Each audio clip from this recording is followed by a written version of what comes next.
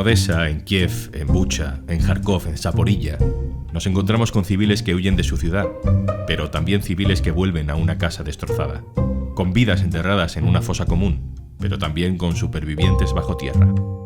Hoy, en Un Tema al Día, sobreviviendo a 2 meses de guerra. Un Tema al Día, con Juan Luis Sánchez, el podcast de eldiario.es. Una cosa antes de empezar. En las guerras o en las crisis económicas, Oxfam Intermón trabaja para que todas las personas tengan los mismos derechos y oportunidades. Contigo podemos hacer que la igualdad sea el futuro. Entra en oxfamintermon.org. Hola, Gabriela. Hola, Juanlu, ¿qué tal? ¿Dónde estás? Estoy en Dnipro, es una ciudad que ahora mismo se considera segura. Podemos ver comercios abiertos, funciona el tranvía, funciona incluso Globo y no se ve insegura. No ha habido Mi compañera Gabriela Sánchez lleva 2 semanas en Ucrania. Entró por la frontera de Moldavia el 9 de abril y durante estos días ha estado en algunos de los puntos más problemáticos de esta guerra. Esta región está entre 3 frentes. Está al norte, está Kharkov, con constantes bombardeos. Al sur están todos esos territorios ocupados y por otro lado en el este la ofensiva contra el Donbass. ¿Cómo te estás moviendo? ¿Cómo vas de un sitio a otro? Nos movemos como la población civil en realidad, en tren o en coche en función del tipo de desplazamiento. Para los desplazamientos más largos vamos en tren y solemos coincidir con los civiles, con desplazados internos o población que necesita moverse de una ciudad a otra. Ahí se ve cierta normalidad y está siendo fundamental porque sienten, o hasta ahora han sentido, que esos desplazamientos eran seguros y que en el tren de momento Rusia lo había respetado. Por eso fue tan doloroso y fue un gran varapalo para la población civil el ataque a la estación de Kramatorsk. Y ahora sí que hay esa tensión, porque lo que muchas veces transmite la gente es que no se sabe, ¿no? Ahora mismo puede ser seguro el tren, pero no se sabe qué va a ser mañana. Pero como te digo, de momento lo hemos hecho hasta ahora nosotros, particularmente Olmo Calvo y yo, que hemos recorrido una parte de Ucrania juntos, en trenes nocturnos, trenes cama y todo muy tranquilo. Antes de la ciudad donde estás ahora, estabas en Kharkov, ¿no? Que es una ciudad muy castigada por los bombardeos rusos. Y estuviste, te leí, en el metro de la ciudad. Cuéntame qué viste ahí abajo. Pues era impresionante ver las calles vacías y sobre todo después de un ataque que hubo el pasado domingo en el centro de la ciudad y bajar las escaleras del metro, en concreto en una estación muy profunda y además muy bonita estéticamente, y de repente llegar al fondo y encontrar colchones, tiendas de campaña y decenas de personas durmiendo en el suelo, en los andenes del metro o incluso en los propios trenes del metro. Creaban al final su propio espacio vital, ¿no? Después de 50 días en los que algunos solo duermen, pero ahora ya con la intensificación de los ataques en la ciudad, muchos están viviendo. Allí ducharse, por ejemplo, es complicado, suelen hacerlo con barreños de agua, se asean como pueden, hay una especie de letrinas para ir al baño, y quienes tienen casa cerca y todavía está en pie, intentan salir a ducharse, a recoger cosas, a intentar arañar un poco de esa normalidad. Pero con ataques como el que se vivió el otro día y siguen dándose cada día en Kharkov, cada vez la gente tiene más miedo y cada vez está consiguiendo Rusia ese objetivo de extender el pánico, y algunos nos decían que les da miedo hasta salir a la puerta del metro a tomar un poco el aire. ¿Hubo bombardeos mientras estabais allí? Sí, mientras estábamos en el metro, cuando salimos teníamos que pasar por el centro y pudimos ver en ese momento las columnas de humo sobre edificios civiles y restos de escombros. Se dicen los civiles que ya están acostumbrados, se intentan acostumbrar o se intentan adaptar a la vida bajo estos bombardeos, que después de un ataque siempre llega otro a los alrededores, ¿no? Como una media hora después. Entonces no nos pudimos acercar a la zona hasta un tiempo después, y una vez que ya lo hicimos, comprobamos que había sido atacada al menos un edificio donde viven civiles, donde no hay ninguna base militar cercana. Estaban los bomberos trabajando, estaban todo lleno de cristales y los vecinos observaban. Alguno de ellos incluso nos decía que estaba en casa cuando ocurrió y tuvo la suerte que no le tocó a él y su casa parece que está más o menos intacta, y de hecho decía que iba a intentar dormir esa noche en casa. Y luego en el interior de ese metro donde habíamos estado habían notado el temblor y, como decía, ¿no?, esa noche seguramente o al día siguiente tendrían mucho más miedo a dar esos paseos que intentan dar para tener un poquito de rutina. Gabriela, desde aquí estamos viendo un país destrozado por los bombardeos, pero también estamos viendo a gente que vuelve a casa, a pesar de que la casa esté totalmente destrozada, una vez que las tropas militares rusas se han ido. ¿Has visto tú ese tipo de escenas también? Sí, en pueblos de alrededor de Kiev fuimos testigos de cómo había gente que ya empezaba a volver y se encontraba pues sus casas destrozadas. También los testimonios de vecinos que relataban ese horror vivido durante la ocupación, y otras personas, por ejemplo Andriy, que nos lo encontramos en un pueblo llamado Hostomel, muy cerca de Bucha, llegó a su casa después de haber huido a Kiev el primer día de guerra y se encontró el piso con la puerta forzada, todo estaba lleno de basura, botellas de alcohol, mochilas de militares,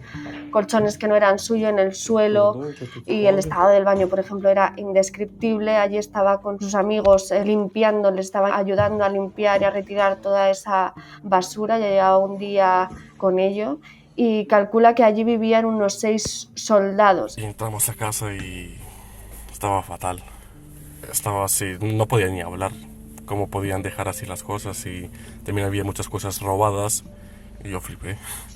Incluso nos enseñaba imágenes de cómo se encontró su casa, pero hay otros que incluso, por ejemplo, en el 9º piso de ese mismo edificio, que los rusos y las tropas también chechenas utilizaron, parece ser, según las evidencias, como base de operaciones en este pueblo, se veía cómo utilizaron camas, por ejemplo, para protegerse de los disparos de la batalla que se dio de dar allí durante los días de la ocupación. Las ventanas estaban llenas de tiros al ser un piso alto, e incluso también en otros edificios ocupados podríamos ver carteles de una niña, se llamaba Angelina, la que pedía a las tropas que no abriesen su casa, que no la destrozasen, porque no tenían nada de valor, por si acaso esta niña seguramente se había ido con su familia y no querían que les destrozasen su casa. Has mencionado a Bucha, todos hemos visto las imágenes de los cadáveres y las fosas comunes en plena calle en Bucha.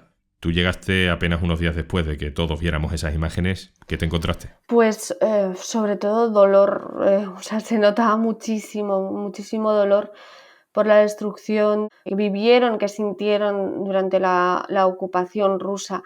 Señoras mayores nos enseñaban su casa destrozada y vivían sin agua, sin luz, hacía muchísimo frío.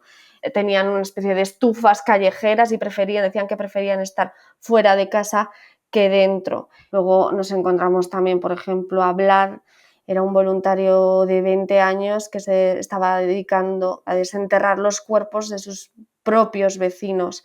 Por ejemplo, se acordaba de un chico que se llamaba Yuri, que desenterró, y una vez abierto esas bolsas de plástico negro en las que fueron enterrados en una fosa común, identificó que le conocía, sus manos estaban atadas y tenía un tiro en la cabeza y en el corazón, según detallaba el chico nada más en su descanso para el bocadillo. Nos contaba que estaba allí desde el primer día, ¿no? Unos 10 hemos sacado, unas 10 personas.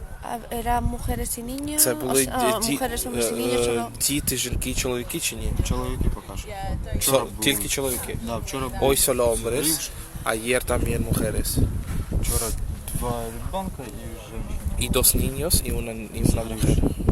Son testimonios uno tras otro, o sea, no tiene mérito en realidad. A nivel periodístico me refiero a encontrar estas historias porque es que es una tras otra las que nos contaban, y relatos similares pero también con sus matices que hace impensable, ¿no?, esas acusaciones que de algunas partes hablan de montaje, porque transcriben un dolor y detallan con tanta precisión lo que se han encontrado al volver, que es impensable dudar de sus testimonios.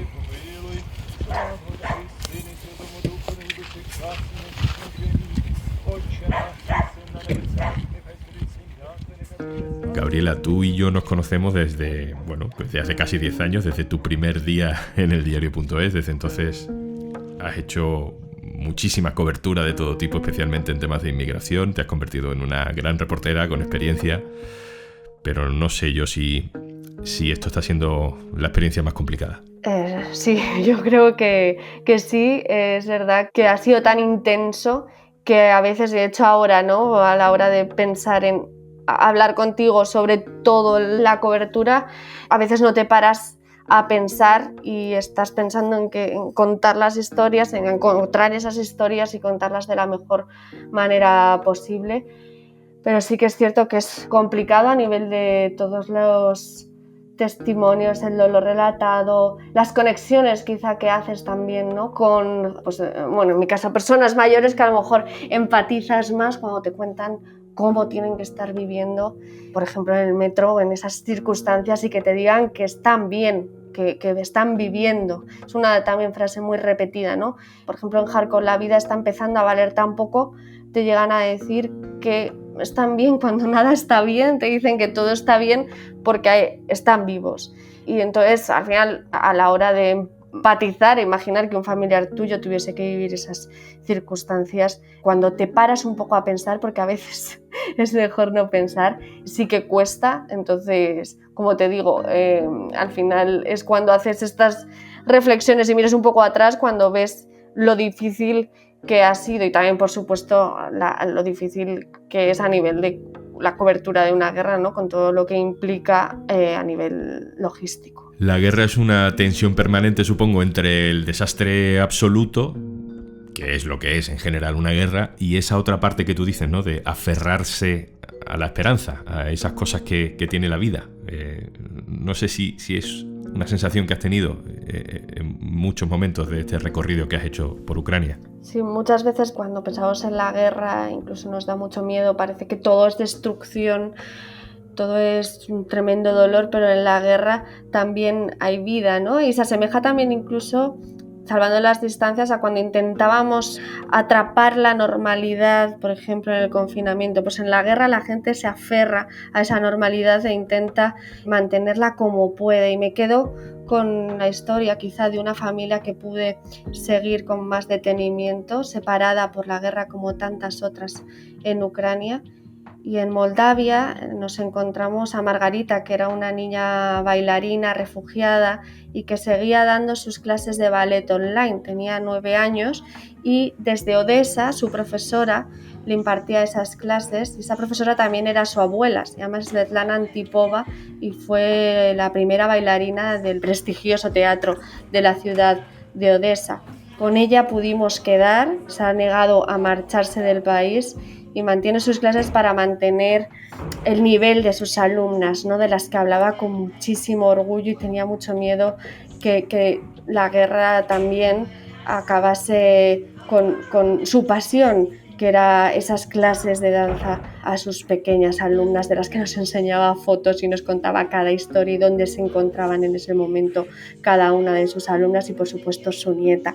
Estuvimos con ella en Odessa y nos enseñó su aula de danza, que ahora, de momento, está vacía, pero que ya está pensando en cómo poder hacer para, ahora que Odessa está un poco tranquila, volver a abrir sus puertas. Gabriela Sánchez, compañera, un abrazo muy fuerte, cuídate mucho. Muchísimas gracias, un abrazo muy fuerte.